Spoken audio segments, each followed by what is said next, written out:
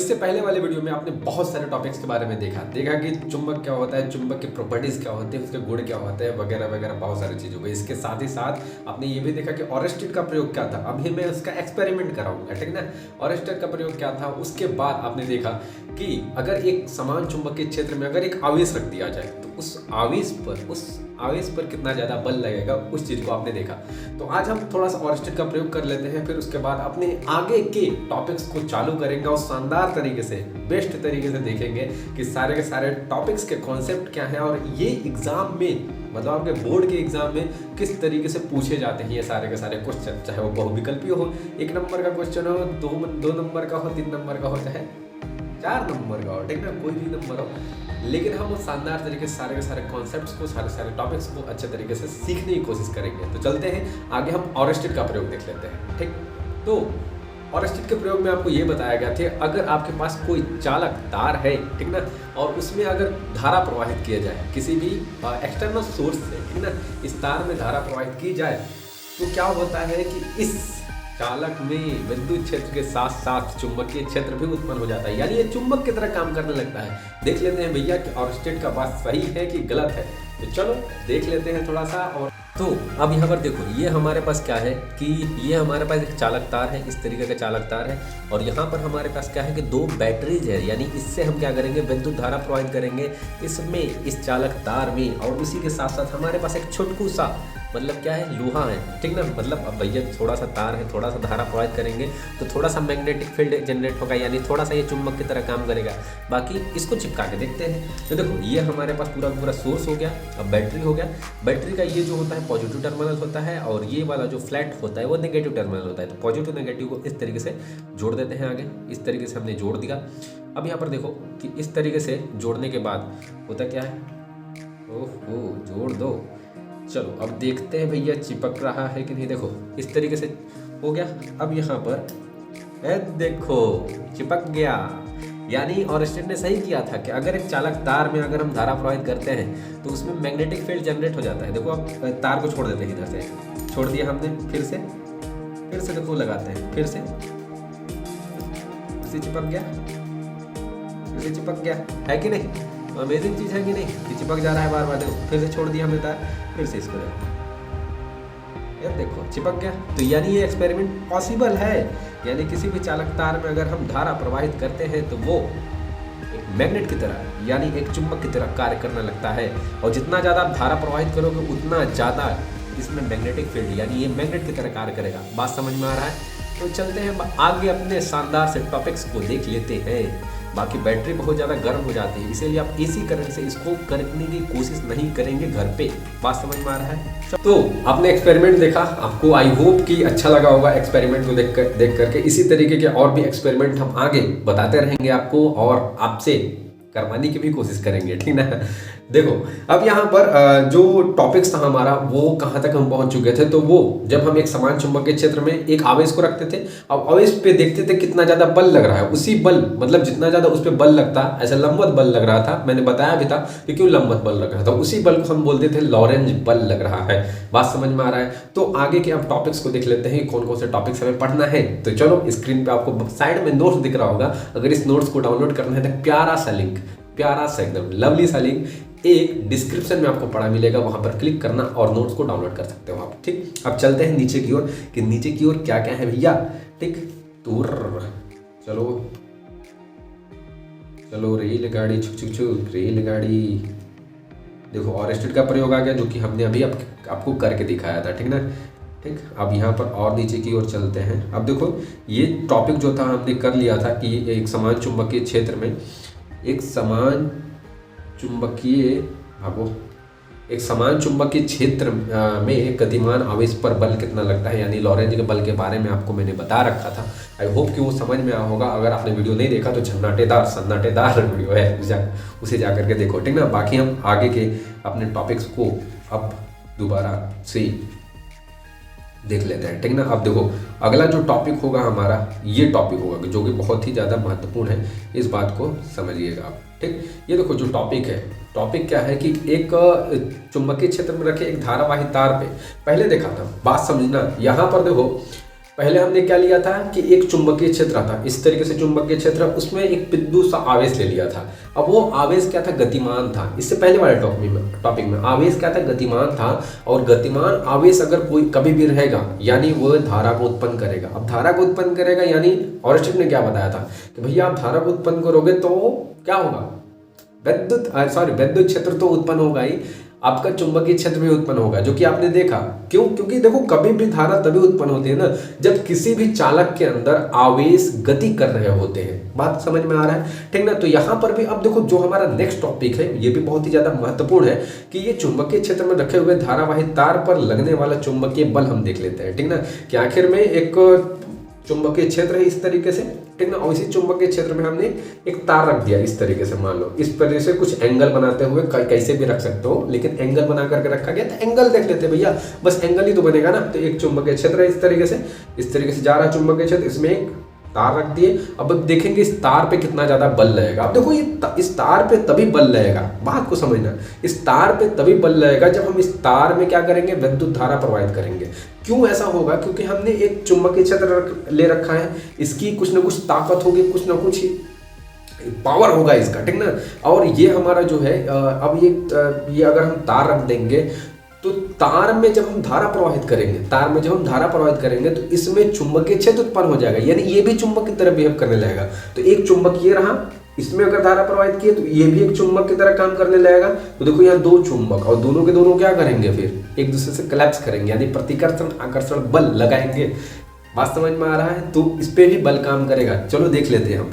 यहाँ पर देखो कि अब यहाँ पर होता क्या है कि यहाँ पर देखो एक फिगर है, आपको दिख रहा होगा कि यहाँ पर इस तरीके से, अब थोड़ा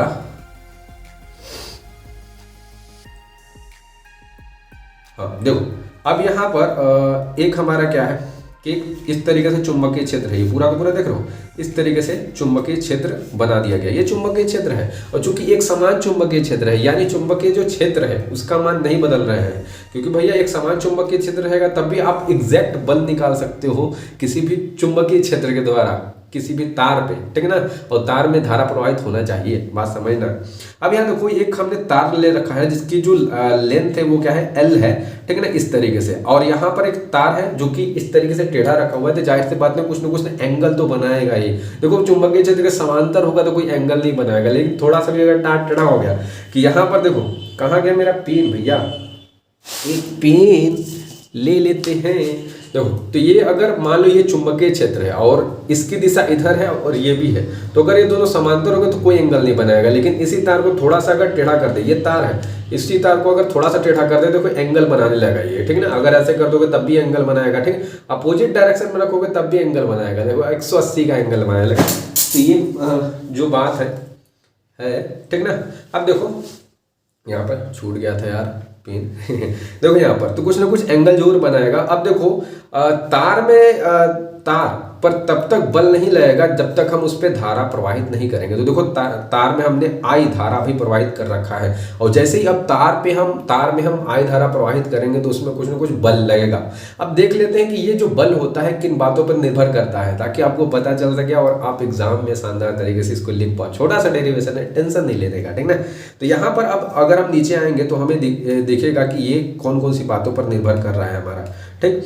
तो यहाँ पर देखो अब यहाँ पर जो लिखने वाला पॉइंट रहता है ये आप अपने से बना करके भी लिख सकते हो कि माना एक धारावाही चालक तार है, ठीक ना। माना एक क्या है, धारावाही चालक तार है जिसकी लंबाई L है, चुंबकीय क्षेत्र B में थीटा कोण पर रख दिया गया है। तो ये छोटी मोटी बातें हैं जो कि आप अपने से बना करके लिख सकते हो। देखो ऐसे अपने से बना करके लिखोगे तो कोई माई का लाल नहीं है जो आपका नंबर काट दे, ठीक। शानदार तरीके से बस लिखना आना चाहिए, बाकी कोई आपका नंबर नहीं काटेगा, ठीक ना। चलते हम नीचे की ओर देख लेते हैं। देखो अब यहाँ पर अब देखो यहाँ पर कि लिखा क्या है। देखो कि इसमें I एम्पियर धारा प्रवाहित करने पर, जब हम तार में क्या करते हैं, I एम्पियर धारा प्रवाहित करने पर तार पर लगने वाले चुंबकीय बल निम्न घटकों पर यानी निम्न बातों पर तो निर्भर करेगा ही। कैसे भैया, देखो अगर हम चुंबकीय क्षेत्र ले ही ना तो बल ही नहीं लगेगा भैया। अगर मान लो ये जो चुंबकीय क्षेत्र है, अगर हम इसे ले ही ना, तो एक तार में धारा प्रवाहित करो, उसमें चुंबकीय क्षेत्र तो जरूर उत्पन्न होगा, लेकिन इस तार में कोई इफेक्ट नहीं पड़ेगा ना, केवल चुंबकीय क्षेत्र उत्पन्न होगा। अगर हम उसे किसी और मैग्नेटिक फील्ड में रखते हैं तब इस पर कुछ ना कुछ बल होगा, या फिर किसी भी छोटे अगर लाते हैं हम इसके सामने लोह कणों को, तो इसको आकर्षित करने की कोशिश करेगा ये, इस तरीके की प्रॉपर्टी आ जाएगी इसके अंदर, ठीक ना। अगर तार में देखो धारा नहीं प्रवाहित करेंगे तब भी उस पर कोई बल नहीं लगेगा। उसी तरीके से हमें तार की लंबाई पर भी निर्भर करेगा, जितना लंबा तार होगा उतना ज़्यादा आप धारा प्रवाहित कर सकते हैं। छुटकू सा तार लोगे भैया, उसमें 50 एम्पियर का धारा प्रवाहित कर दोगे, तारवा गल नहीं जाएगा हो, है बात समझ गए। अब यहाँ पर थीटा कोण पर निर्भर करेगा, तो पहले हमने भी साइन थीटा लिया था, अभी भी हम साइन थीटा ही ले रहे हैं, क्योंकि मैक्सिमम ऊर्ध्वाधर घटक ही लिया जाता है। हमने इसके बारे में थोड़ा सा डिस्कशन पहले कर चुका है, ठीक ना। तो इन बातों पर निर्भर करेगा। अब यहाँ पर देख लो, नीचे आते हैं। अब यहाँ पर जब इन सबको हम थोड़ा सा मिला दें, क्या कर दें भैया, मिला दें ये, ओहो हाँ देखो, अब यहाँ पर हमें मिलाने पर कौन कौन सी चीज़ आ जाती है, तो ये हमारे पास इक्वेशन आ जाता है कि जो कि F is directly proportional to BIL, जिसको बिल भी बोल सकते हो, कोई दिक्कत नहीं, अपने बोलो, लेकिन किसी एग्जाम्पल के सामने BIL ही बोलना, ठीक ना, BIL साइन थीटा, ठीक ना। और यहाँ पर जैसे ही इस प्रोपोर्शनलिटी के साइन को इसके मतलब हटाते हैं, तो यहाँ पर क्या आ जाता है, हमारा K आ जाता है। K का मान नेतांक है, तो एक का मान इसमें 1 मान करके चलते हैं, ठीक है। तो F बराबर कुल मिलाकर जो फॉर्मूला है हमारा आ जाता है BIL साइन थीटा, यानी बिल साइन थीटा बोल सकते हो। यहाँ पर अब देखो, इसका जो मात्रक है वो क्या है, न्यूटन है। क्या है मात्रक, न्यूटन है। तो इसे ध्यान देना कि इसका जो मात्रक होता है भाई, न्यूटन होता है, ठीक ना। और यहाँ पर एक हमने प्यारा सा एक मीम से डालने की कोशिश की है, जिसमें बिफोर एग्जाम ये बच्चा बहुत सुहावने देखते हैं, लेकिन एग्जाम टाइम पे तो एकदम बेचारों का हालत खराब हो जाता है। देखो अब यहाँ पर ये आई होप आपने समझ लिया होगा क्या होता है। अब आगे की ओर हम लोग चलते हैं अपने आगे की टॉपिक्स पे। अरे भैया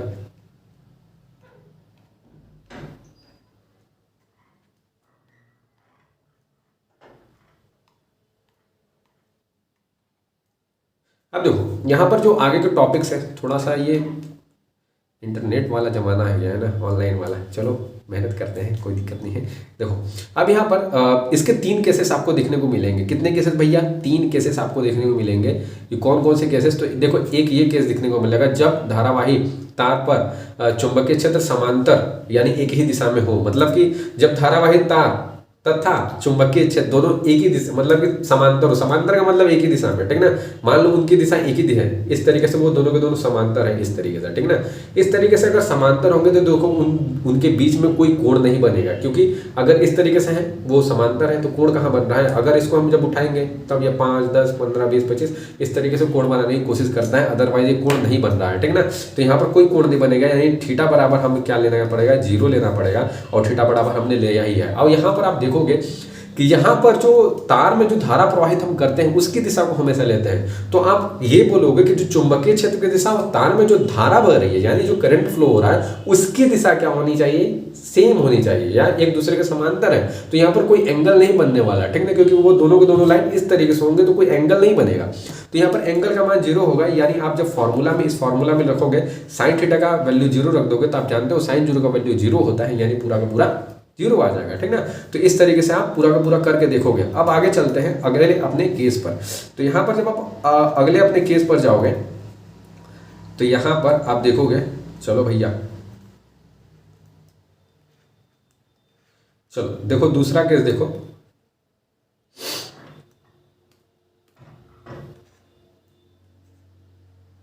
अब देखो ये जो दूसरा केस है, अब देखो जो दूसरा केस है हमारा, कि जब धारावाही तार चुंबकीय क्षेत्र के विपरीत दिशा में हो। मान लो कि जब धारावाही तार चुंबकीय क्षेत्र के क्या हो भैया, विपरीत दिशा में हो, तब क्या उस पे कंडीशंस आएंगे।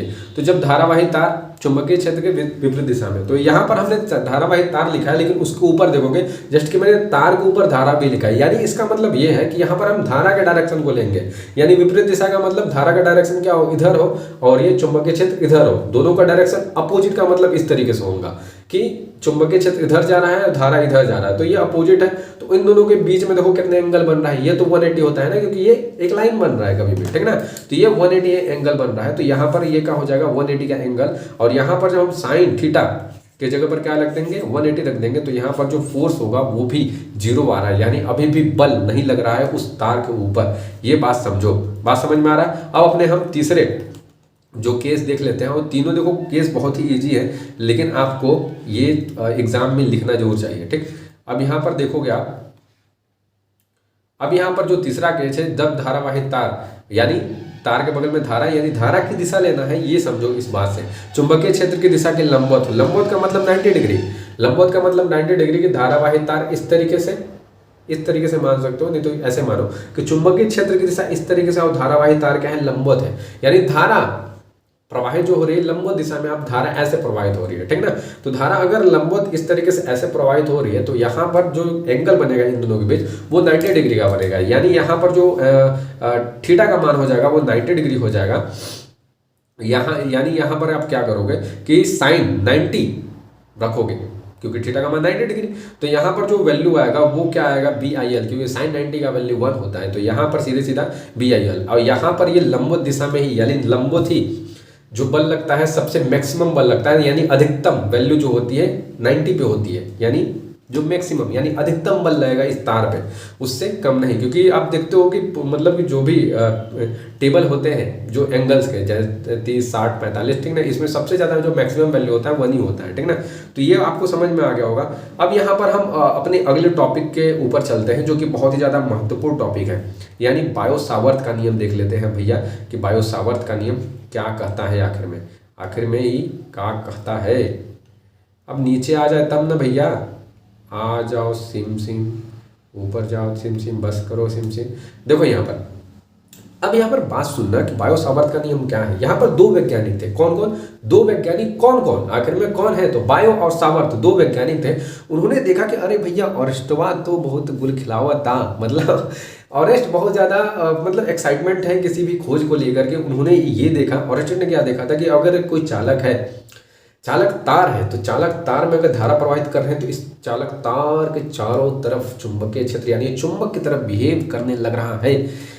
ये देख करके इन्होंने चौंक गए, सोचे कि इसमें अपना भी हम कुछ न कुछ गुल खिला देते हैं, यानी कुछ न कुछ अपना भी माल मतलब मटेरियल, हम मटेरियल डाल देते हैं, कुल मिला करके अपना भी थ्योरी निकाल देते हैं एक तरीके से, ठीक ना, बात को समझना। तो यहाँ पर इन्होंने बस किया क्या कि बायो सावर्त के नियम में कि एक चालक तार लिया, ठीक ना, और चालक तार में इन्होंने देख लिया था कि चुंबकीय क्षेत्र भैया ये चालक तार के चारों तरफ उत्पन्न हो जाता है। तो इन्होंने क्या किया ना, एक चालक तार ले लिया, उस चालक तार से यहाँ पर देखा कि यहाँ पर इस बिंदु पर भैया कितना ज़्यादा चुंबकीय क्षेत्र उत्पन्न होगा, इस बिंदु पर कितना ज्यादा चुंबकीय क्षेत्र होगा, यहाँ पर अगर एक बिंदु ले लिया जाए तो यहाँ पर कितना ज्यादा चुंबकीय क्षेत्र होगा। तो ये सारे के सारे चीजों को ये कर रहे थे अपने से, बात समझ में आ रहा है। तो इस तरीके के सारे चीजों को अपने से करने लगे, मतलब मान निकालने लगे इस तार के यहाँ पे बिंदु लेकर के, यहाँ पर बिंदु लेकर के, यहाँ पर बिंदु लेकर, यहाँ पर कहीं भी ऐसे। आप अभी इस फिगर में देखो कि हमने बिंदु राइट साइड में लिया हुआ है, यानी यहाँ पर बिंदु लेकर के चुंबकीय क्षेत्र का मान ज्ञात करने की कोशिश की है। तो यहाँ पर देखो कि बायो सावर्त किसी धारावाही चालक तार के कारण किसी बिंदु पर, मतलब कोई धारावाही चालक तार है तो उसके किसी बिंदु पर चुंबकीय क्षेत्र की दिशा या मान ज्ञात करने के लिए, चुंबकीय क्षेत्र की दिशा भी बताऊंगा किस तरीके से निकाला जाता है, और उसका मान भी ज्ञात करने के लिए फ्रेंच वैज्ञानिकों बायो तथा सावर्त द्वारा एक नियम दिया गया, जिसे बायो सावर्त का नियम कहते हैं। समझ गए। तो चालक तार के किसी बिंदु पर चुंबकीय क्षेत्र की दिशा और उसका मान भी ज्ञात करने के लिए बायो सावर्त ने एक नियम दिया, जिसे बायो सावर्त नियम कहते हैं। अब देख लो यहाँ पर इसका छोटकू सा फिगर है, उसके बारे में देख लेते हैं। देखो यहाँ पर छोटकू सा फिगर है यहाँ पर कि उन्होंने किया क्या था कि एक देखो भैया तार ले लिया इस तरीके का, तो आगे तो चढ़वा थोड़ा सा इस तरीके से तार ले लिया। अब यहाँ पर इस बिंदु से कुछ आर दूरी पर एक बिंदु माना, क्योंकि यहाँ पर आर दूरी पर तो थोड़ा बिंदु मानोगे ना पिचुक से, ठीक ना। तो यहाँ पर कुछ दूरी पर बिंदु मान लिया पी बिंदु, और वहां पर क्या चीज चुंबकीय क्षेत्र का मान देखा। अब यहाँ पर समझ नहीं आ रहा होगा कि साला ये डीबी क्यों आ गया है, ठीक है ना, ये आखिर में डीबी क्यों आया, बी नहीं क्यों है। देखो यहाँ पर इन्होंने किया क्या था ना, थोड़ी सी नादानियाँ हो गई थी इनसे। तो क्या नादानियाँ हो गई थी भैया कि यहाँ पर तार तो लिया, लेकिन इस तार का छोटा सा एक पृष्ठ लिया। क्या किया भैया, इस तार का एक छोटा सा पृष्ठ लिया, यानी ये देखो ये जो पृष्ठ है ये इतना छोटा सा पृष्ठ लिया, यानी इतने, मतलब धारा पूरे के पूरे तार में प्रवाहित हो रहा था। मान लो ये तार है और तार पूरे के पूरे तार में धारा प्रवाहित हो रहा था, लेकिन उन्होंने क्या किया कि इतना ही पृष्ठ लिया, इतना छोटकू सा पृष्ठ लिया, और इस पृष्ठ के कारण, यानी इस छोटे से सरफेस पृष्ठ के कारण कितना ज्यादा इस बिंदु पर चुंबकीय क्षेत्र उत्पन्न हो रहा है वही देखने की कोशिश कर रहे थे ये, ठीक है ना। थोड़ा अमेजिंग तो लग रहा होगा, ठीक है ना। तो यहाँ पर देखो अगर पूरी तार की लंबाई अगर हम एल माने तो छोटा सा पृष्ठ है यानी कि वो डीएल होगा, ठीक है ना। कभी भी छोटी चीज को दिखाने के लिए हम उसमें बगल में डी लगा देते हैं कि वो छोटा चीज है, ठीक है ना। और यहाँ पर अगर ये डीएल यानी छोटे से पृष्ठ के कारण चुंबकीय क्षेत्र अगर हम निकाल रहे हैं तो बगल में हमारा छोटा सा ही चुंबकीय क्षेत्र आएगा भैया, ज्यादा तो आएगा नहीं, ठीक है ना। तो ये सोचो थोड़ा सा। तो यहाँ पर जो भी देखो लिखने वाली चीजें हैं वो आप अपने से लिख सकते हो, आई होप मैं आशा करूंगा, ठीक ना। तो यहाँ पर लिखा क्या है कि एक एल लंबाई का तार है जिसमें डीएल अल्पांश, डीएल अल्पांश का मतलब भैया कि डीएल अल्पांश का मतलब छोटा सा पृष्ठ, मतलब अल्पांश का मतलब थोड़ा सा छोटा सा एक पृष्ठ माना चुना है, तथा बिंदु ओ से आर दूरी पर, बिंदु ओ से यहाँ पर बिंदु ओ है और यहाँ से आर दूरी पर, ये देखो आर दूरी रहा, आर दूरी पर पी बिंदु, आर दूरी पर बिंदु पी है जहाँ चुंबकीय क्षेत्र का मान ज्ञात करना है, तथा तार में जो धारा जब तक प्रवाहित नहीं करोगे तब तक काम नहीं बन पाएगा भाई, ठीक है ना। तो आई हो तो चुंबकीय क्षेत्र निम्न बातों पर निर्भर करेगा। अब देख लेते हैं कौन कौन से निम्न बातों पर ये चुंबकीय क्षेत्र हमारा निर्भर कर रहा है। बाकी हम ये जो छेछाफेची है उसको हटा देते हैं और हम देखते हैं कि जो चुंबकीय क्षेत्र है भैया किन बातों पर निर्भर कर रहा है, ठीक। यहाँ देखो अब ये जो चुंबकीय क्षेत्र निम्न बातों पर निर्भर करेगा, कौन कौन सी बातों पर निर्भर करेगा तो वो देख लेते हैं। अब हम समझ में आएगा गारंटी। देखो अब डीबी जो है यानी छोटा सा चुंबकीय क्षेत्र हम निकाल रहे थे, क्यों? क्योंकि छोटा सा पृष्ठ हमने माना था। तो ये जो डीबी है चुंबकीय जो क्षेत्र का मान है वो आई पर निर्भर करेगा, क्योंकि जब तक धारा नहीं प्रवाहित करोगे तब तक तार में चुंबकीय क्षेत्र नहीं उत्पन्न होगा, तो किसी भी बिंदु पर चुंबकीय क्षेत्र का मान आप नहीं ज्ञात कर सकते। तो इसीलिए हमें आई धारा प्रवाहित करना पड़ेगा। अब चुंबकीय जो क्षेत्र है वो डीएल पे भी निर्भर कर रहा है कि जो अल्पांश कितना मान रखा है उसके कारण, क्योंकि अगर छोटा सा अल्पांश मानोगे तो छोटा सा चुंबकीय क्षेत्र, उससे ही बड़ा मान लोगे तो थोड़ा सा और ज्यादा चुंबकीय क्षेत्र, पूरे तार के कारण निकालोगे तो और ज्यादा चुंबकीय क्षेत्र होगा, ठीक ना। अब यहाँ पर देखो जो हमारा एक धर्मी हो गया, इसके बारे में हमने बताया था कि डीबी का जो मान होता है यानी एंगल हमेशा साइन थीटा ही लिया जाता है, क्योंकि ऊर्ध्वाधर यानी लंबवत दिशा में कुछ बल लगता है, उसी को रिलेट करके यहाँ पर भी माना गया है, ठीक ना। यहाँ पर अब देखो कि यहाँ पर जो डीबी हो गया यानी चुंबकीय क्षेत्र का जो मान होगा वो जो दूरी होगा वो उसके व्युत्क्रमानुपाती होगा, उसके वर्ग के। देखो ऐसा क्यों? क्योंकि आपने देखा कि तार है, तार के इस आर दूरी पर हम क्या कर रहे हैं, इस पी बिंदु पर चुंबकीय क्षेत्र का मान ज्ञात कर रहे हैं। तो देखो अगर आर जितना ज्यादा आप कम लोगे इस तार से आर तुम जितना ज्यादा क्या करोगे कम लोगे, उतना ज्यादा आपका चुंबकीय क्षेत्र का मान आएगा। अगर आप इस तार से मान लो यहाँ पर डिस्टेंस ले लेते हो इस पी बिंदु पर, तो यहाँ पर चुंबकीय क्षेत्र का मान बहुत छोटा सा आएगा, क्योंकि देखो किसी भी चुंबक की औकात होती है गुरु, किसी भी चुंबक की औकात होती है कि वो उतने ही रेंज तक काम कर सकता है, बात को समझना, ठीक ना। तो इसीलिए इसकी जो रेंज है कम है, बात को समझो। देखो यहाँ पर अब यहाँ पर ये समझ में आया होगा किन किन बातों पर निर्भर कर रहा है ये सारे के सारे चीजें। अब यहाँ पर अगर सारे के सारे चीजों को अगर हम मिला दें, क्या कर दे भैया, मिला दे, तो मिलाने पर क्या आ जाएगा उसको भी हम थोड़ा सा देख लेते हैं, क्योंकि हम लोग को सब तो पढ़ना है ना। उसके बाद मात्रक भी देख लेंगे भैया कि मात्रक किस तरीके से निकाले जा रहे हैं यहाँ पर। तो देखो यहाँ पर सबको अगर हम मिला दें, मिलाने पर क्या हो जा रहा है कि dB is directly proportional to I dl sine theta के बराबर हो जा रहा है, और जो इनवर्स में है वो इनवर्स में ही रहेगा भैया। दूरी अगर इनवर्स में है, क्यों है मैंने बता रखा है आपको, ठीक ना। तो यहाँ पर अब डीबी हो जाएगा μ0/4 pi R D L sine theta by are square के। बात को समझना भूलना नहीं, ठीक। तो यहाँ पर आइडियल साइन थीटा हो जाएगा बाई में आर स्क्वायर के। अब यहाँ पर देखो सबसे मोस्ट इंपॉर्टेंट क्या है ना कि इसका अगर हम मात्रक निकालना हो तो मात्रक कैसे निकालेंगे। तो देखो यहाँ पर मात्रक निकालने की कोशिश की है कि अगर μ0 का हमेशा मात्रक पूछ लिया जाता है, किसका, μ0 का हमेशा मात्रक पूछ लिया जाता है कि μ0 क्या है। ऐसे तो निर्वात की चुंबकशीलता बोला जाता है, अभी तो हम देख लेंगे इसको भी, लेकिन यहाँ पर μ0 का मान कैसे निकालेंगे। तो देखो यहाँ पर अगर हम μ0 को केवल चाहिए ना, यानी μ0 का हमें क्या चाहिए, देखो यानी μ0 का क्या चाहिए, हमें मात्रक चाहिए, उसके साथ साथ बीमा भी चाहिए, LIC जीवन बीमा नहीं। देखो यहाँ पर, तो यहाँ पर अगर हमें μ0 का मान चाहिए तो ये देखो r को हमें इधर भेजना पड़ेगा और बाकी सारे के सारे मटेरियल को इधर भेजना पड़ेगा। तो ये जो क्वेश्चन है ना कुछ इस तरीके से बन जाएगा, ठीक। तो dB हो जाएगा r स्क्वायर 4 पाई RDL साइन थीटा हो जाएगा। Is it okay? ओके गुरु। देखो यहाँ पर, तो यहाँ पर जो μ0 का मान हो जाएगा टेस्ला मीटर स्क्वायर बाई में क्या हो जाएगा, बाई मीटर हो जाएगा। क्यों भैया, देखो यहाँ पर, देखो यहाँ पर डीबी जो है, डीबी एक चुंबकीय क्षेत्र है, इसका मात्रक देखो तो टेस्ला होता है, ये आपको पता है। यहाँ पर आर स्क्वायर ये दूरी है यानी ये मीटर स्क्वायर में आप मापोगे। यहाँ पर 4 pi is that a constant, 200 इसका कोई मात्रक नहीं होता, ठीक है ना। आइडियल एक धारा है, यानी ये एम्पियर में मापोगे, ऊपर देखो एम्पियर में मापोगे। डीएल भी एक दूरी है, डिस्टेंस है, तो इसको भी क्या करोगे आप मीटर में ही मापोगे। 1 मीटर से 1 मीटर चला जाएगा तो यहाँ पर टेस्ला 1 मीटर बचेगा और प्रति में क्या बच जाएगा, एम्पियर। Is it clear?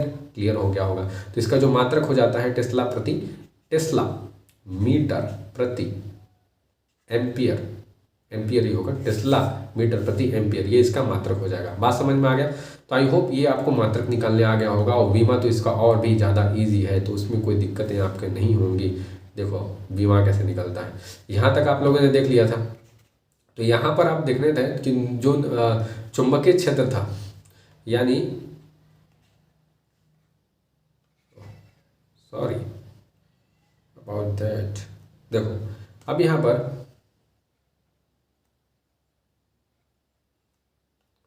देखो अब यहाँ पर म्यू जीरो का बीमा ज्ञात करने के लिए पूछ देता है। देखो ये सब कंपटीशन के भी एग्जाम, मतलब कंपटीशन में भी पूछ लिया जाता है, ठीक। म्यू जीरो बारे में डीबी का जो मात्रक हम लिख सकते हैं कि न्यूटन प्रति एम्पियर भी लिख सकते हैं। यहाँ पर जो और क्या है, यहाँ पर जो दूरी है यानी आर स्क्वायर का मीटर स्क्वायर भी लिख सकते हैं। नीचे क्या है, आइडियल आई है, आई को हम एम्पियर में मापेंगे, और यहाँ पर क्या है जो डीएल है उसको हम मीटर में मापेंगे। बात समझ में आ रहा है, ठीक ना। लो लेकिन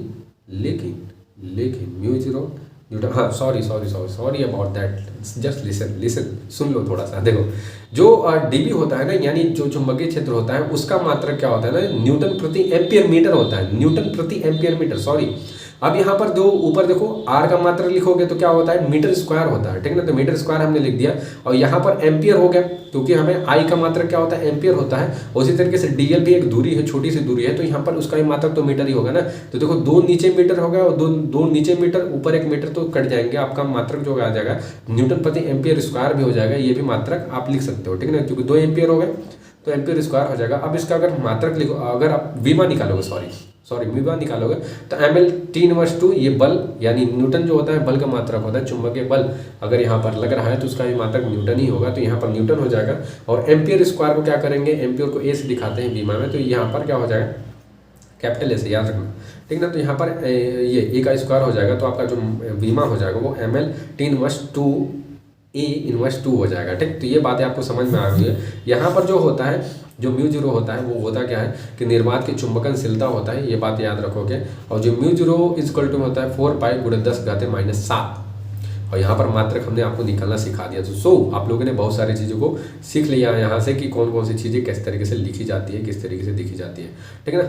तो अब यहाँ पर अगर हम नीचे की ओर चलें, कि अब नीचे की ओर देखो चलेंगे हम, तो यहाँ पर देखो जो हमारा अगला टॉपिक है वो है अनुप्रयोग,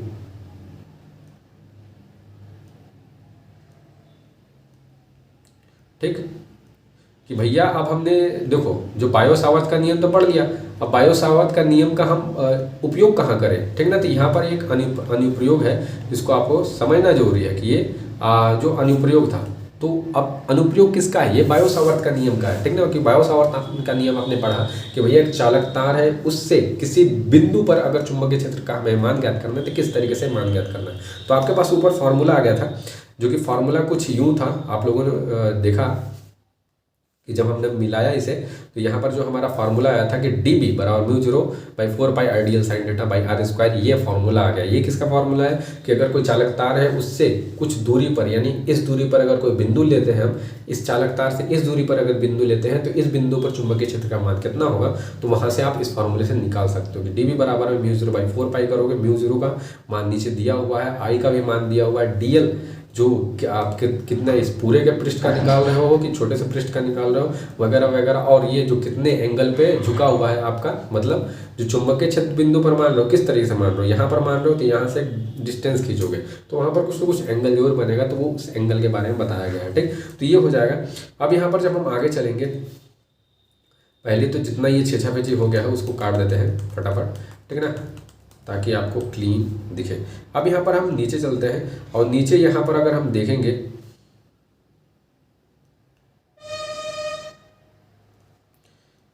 कि घर कब जाओगे, देखो अब यहाँ पर अगर हम देखेंगे कि वृत्ताकार धारावाहिक कुंडली होगा, देखो वृत्ताकार धारावाहिक कुंडली या लूप दोनों एक ही को बोलोगे। लूप क्या होता है या कुंडली, अगर आप किसी चीज को इस तरीके से मोड़ दे रहे हो किसी न किसी शेप में। देखो लूप क्या होता है ना, हमेशा गोलाकार ही हम लूप लेते हैं, ठीक ना। यहाँ पर वृत्ताकार सॉरी बोल रहा है। तो कुंडली को, अगर कुंडली क्या होता है, तार को आप ऐसे भी अगर मतलब कि अगर आपका ये चौकोर भी है कोई भी चीज तो भी वो कुंडली कहलाएगा यार। लेकिन यहाँ पर वृत्ताकार कुंडली लेने के लिए बोल रहा है, यानी हम वृत्ताकार कुंडली लेंगे। ऐसे कुंडली बहुत से प्रकार के होते हैं। आगे जब आप प्रतिवर्ती धारा पढ़ोगे उसमें अलग अलग प्रकार के कुंडलियों के बारे में पढ़ोगे। ज़्यादातर जो कुंडली होंगे आपके स्क्वायर शेप के होंगे या फिर रेक्टेंगुलर शेप की कुंडली होते हैं। कुंडली कुछ नहीं होता यार, तार से अगर आप तार है तो तार को ऐसे इस तरीके से जोड़ दो, बस वो कुंडली बन गया। यहाँ पर हमने क्या किया है कि एक वृत्ताकार कुंडली लिया है, यानी वृत्ताकार कुंडली यानी गोला कुंडली लिया है, जो कि आपको फिगर में दिख रहा होगा। तो इसके बारे में बात कर लेते हैं कि वृत्ताकार धारावाहिक कुंडली यानी लूप के केंद्र पर, यानी इस जो कुंडली हमने लिया है इसके केंद्र पर ज्ञात करना है कि कितना ज़्यादा चुंबकीय क्षेत्र का मान उत्पन्न, चुंबकीय क्षेत्र का मान यानी कितना ज़्यादा चुंबकीय क्षेत्र का मान उत्पन्न होता है इस कुंडली पे। तो आओ देख लेते हैं भाई साहब कि कितना ज़्यादा चुंबकीय क्षेत्र का मान उत्पन्न होता है। तो यहाँ पर जब हम नीचे की ओर आएंगे, चलो गुरु, ओहो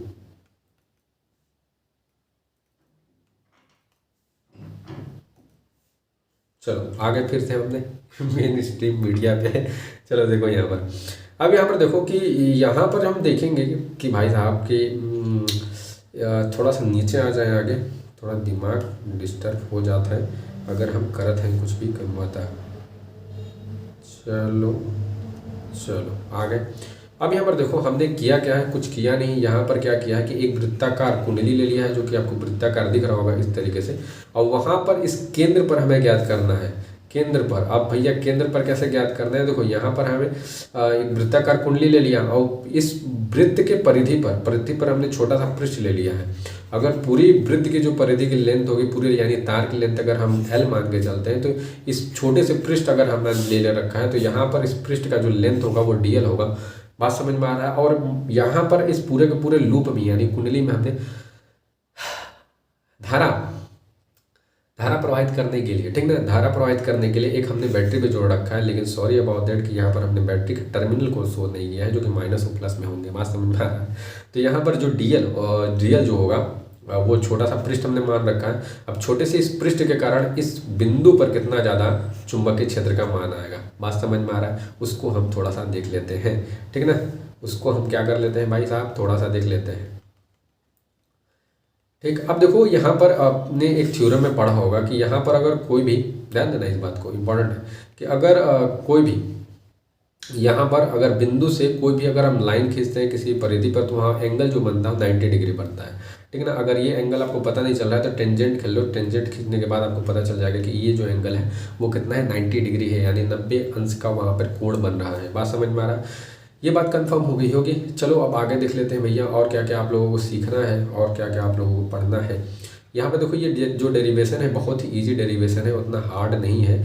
सो आप इस डेरिवेशन को एंजॉय करोगे, आई होप, मैं आशा करता हूँ। देखो यहाँ पर, अब यहाँ पर देखना बात को कि यहाँ पर एक चीज़ बहुत ही ज़्यादा इम्पोर्टेंट है, इस बात को देखना कि यहाँ पर जो ये परिधि है ये पूरा का पूरा गोल है।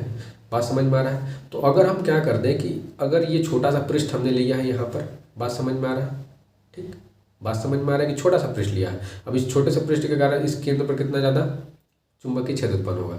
अगर ये पृष्ठ हम यहाँ पर ले लें, ठीक है ना, एक ऐसा भी पृष्ठ यहाँ पर ले लें, क्योंकि अभी तो हम इतना छोटा सा पृष्ठ का निकालने वाले हैं ना, तो ये DL हम यहाँ पर ले लें, ये DL भी हम यहाँ पर ले लें, छोटा छोटा पृष्ठ यहाँ पर ले लें, ठीक, और यहाँ पर भी छोटा सा पृष्ठ ले लें, और यहाँ पर भी छोटा सा पृष्ठ ले लें, और यहाँ पर भी छोटा सा क्या कर ले, पृष्ठ ले लें। ऐसे ही सब जगह हम पृष्ठ ले रहे हैं, ठीक है, ऐसे सब जगह पृष्ठ ले लें। तो छोटा छोटा अगर हम DL पूरा का पूरा ले करके और फिर क्या कर देते हैं कि चुंबकीय क्षेत्र का मान ज्ञात करते हैं केंद्र में, तो हमें आसानी से पता चल जाएगा कि पूरे के पूरे वृत्ताकार लूप के कारण कितना ज़्यादा चुंबकीय क्षेत्र उत्पन्न हो रहा है इस P बिंदु पर। बात समझ रहा है, बात समझ में आ रहा है, इस P बिंदु पर। लेकिन ये पूरा का पूरा जो लेंथ है बहुत ज़्यादा है, यानी DL आप जोड़ोगे इस तरीके से, DL क्या करोगे, जोड़ोगे, ठीक, DL डॉट डॉट डॉट। तो ये DL जो जोड़ोगे इसको कैसे लिख सकते हो आप, इसको इस तरीके से भी लिख सकते हो कि यहाँ पर जो समेसन ऑफ क्या लिख सकते हो, L लिख सकते हो। बात समझ में आ रहा है, सॉरी समेसन ऑफ DL लिख सकते हो। समेसन ऑफ DL का मतलब कि इस डीएल डीएल को बहुत बार जोड़ा गया है, यानी ये बीजगणितीय योग के बराबर होगा। बात समझ में आ रहा है कि नहीं भैया? बीजगणितीय योग के बराबर होगा ये। ऐसे हम लिख सकते हैं डीएल डीएल डीएल डीएल सबको, ठीक ना, यहाँ पर। और यहाँ पर एक बात और देखना कि अगर इस डीएल के कारण इस डीएल के कारण जो चुंबकीय क्षेत्र का मान है क्या है, डीबी होगा, यानी छोटा सा है, हमने सरफेस ले लिया है तो उसके कारण फिर डीबी ही होगा, ठीक ना। अगर यहाँ पर हम इसके कारण देखें तो इसके कारण क्या होगा, वो भी डीबी ही होगा। इस बिंदु पे ही बात की जा रही है। तो यहाँ पर अगर हम अब चुंबकीय क्षेत्र का मान देखें तो वो भी डीबी है, क्योंकि छोटा छोटा हमने लेंथ ले रखा है, तो सबके कारण क्या होगा, सबके कारण डीबी होगा। तो अगर कुल के कारण अगर देखेंगे, कुल के कारण कितना ज़्यादा चुंबकीय क्षेत्र का मान आ रहा है, तो वो समेसन डीबी होगा, यानी उसका भी तो बीजगणितीय योग लेंगे ना, तभी तो निकल पाएगा। बात समझ में आ रहा है? इसीलिए हमने क्या किया है कि नीचे के डेरिवेशन में सबको तोड़ के रखा है, ठीक है। तोड़ के रखेंगे तो जल्दी से हमारा डेरिवेशन कंप्लीट हो जाएगा। चलो अब देख लेते हैं शानदार तरीके से। आई होप आपको समझ में आ गया होगा। अगर नहीं समझ में आया तो एक बार वीडियो को थोड़ा सा रिवर्स करके देख लेना यार, ठीक। ये हमारी आपसे रिक्वेस्ट है, ठीक। तो यहाँ पर अब देखते हैं, चलो इसको मिटा देते हैं आगे ताकि ये मिट जाए और हम नीचे चलते हैं। अब देखो यहाँ पर एक बात और देखना कि यहाँ पर छोटे से पृष्ठ के कारण किसी बिंदु पर चुंबकीय क्षेत्र का मान कितना होता है। तो ये अभी ये भी बायो और सावर्त ने दे करके गए हैं कि डीवी बराबर कितना होता है, μ0/4 पाई होता है, आइडियल साइन थीटा के बराबर होता है, बाई में कितना होता है, आर स्क्वायर होता है। तो ये हो जाता है, तो ये पूरा का पूरा दे करके उन्होंने गया है। तो ये इजी है, so it's a easy process, ठीक ना। आप लोगों ने देखा कि इसका जो डेरिवेशन है उतना हार्ड भी नहीं है, ठीक ना। तो अब देखते हैं कि नीचे की ओर। तो यहाँ पर हमने क्या लिख करके रखा है, बायो सावर्त का नियम से कि अल्पांश डीएल के कारण, जो हमने अल्पांश मान रखा था, उस डीएल के कारण चुंबकीय क्षेत्र पी बिंदु पर, पी बिंदु का मतलब यहाँ पर इस नीचे इस अल्पांश के कारण पी बिंदु पर कितना ज़्यादा है, किसका, डीबी का मान है। तो डीबी का मान कितना है भैया, डीबी बराबर μ0 आइडियल साइन थीटा बटा में आर स्क्वायर, ये मान है। तो यहाँ पर फिगर से हम क्या करेंगे, फिगर से अब यहाँ पर कितना एंगल बन रहा था। तो यहाँ पर जब हम टेंजेंट खींचे थे तो टेंजेंट खींचने के बाद यहाँ पर एंगल जो बन रहा था 90 डिग्री बन रहा था, इसलिए यहाँ पर हम 90 डिग्री लिख देंगे। डी बराबर कितना हो जाएगा, μ0/4 पाई आइडियल साइन थीटा बाई में आर स्क्वायर। और ये जो त्रिज्या है वहाँ पर मैंने गलती से स्मॉल आर दिखा दिया था, लेकिन यहाँ पर कैपिटल आर होगा, ये बात आप ध्यान रखोगे, ठीक ना। ये फिगर से हमने पूरा का पूरा ये मटेरियल उठा करके रख दिया, ठीक ना। अब आगे की ओर चलते हैं। इतना समझ में आ गया होगा, नोट्स आपके लिए डिस्क्रिप्शन में वेट कर रहा है, notes is waiting for you, ठीक ना। अब यहाँ पर देखो,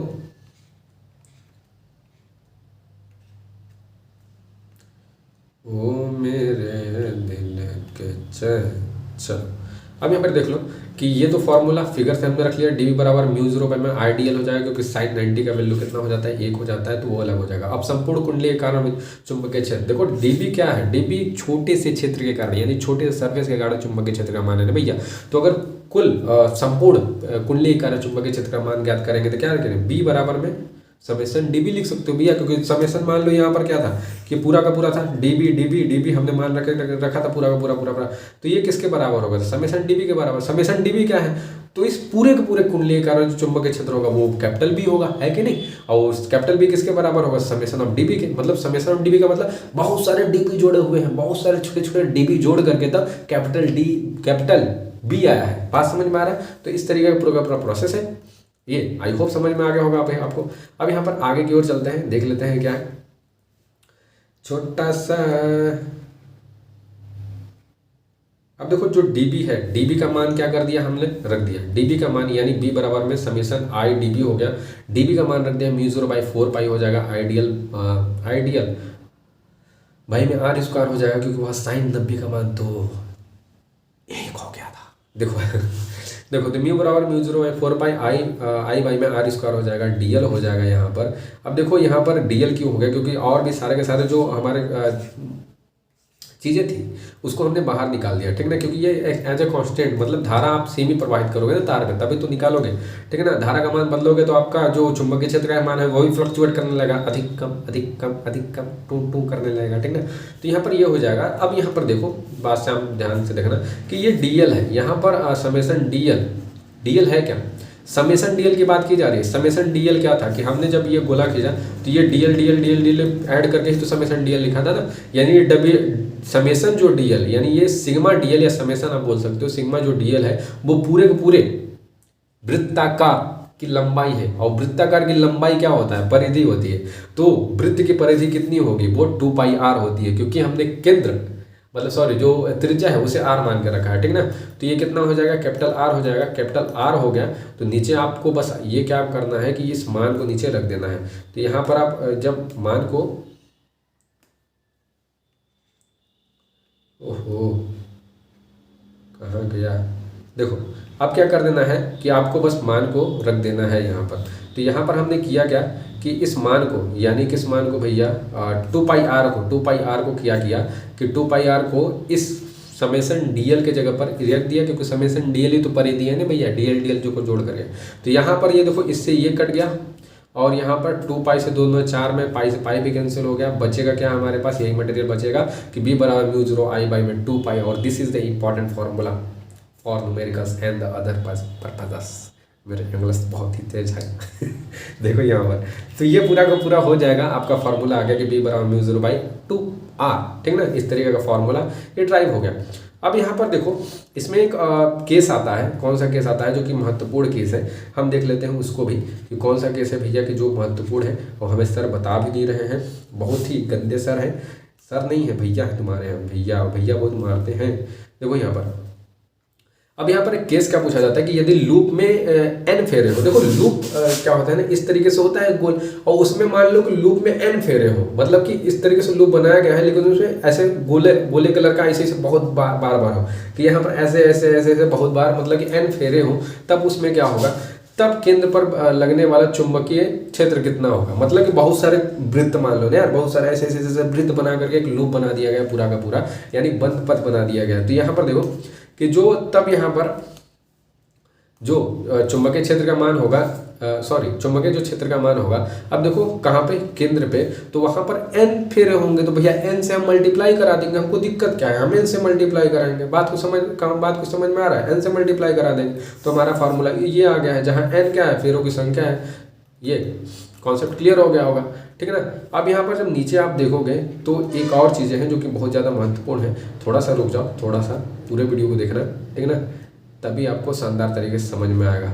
फिर इसके बाद हम और भी छोटे टॉपिक्स को देखेंगे और फिर झन्नटेदार न्यूमेरिकल लगवाने की कोशिश करेंगे आपसे, ठीक। नहीं लगाओगे तो खूब पिटाई होगी तुम्हारी, ठीक है ना।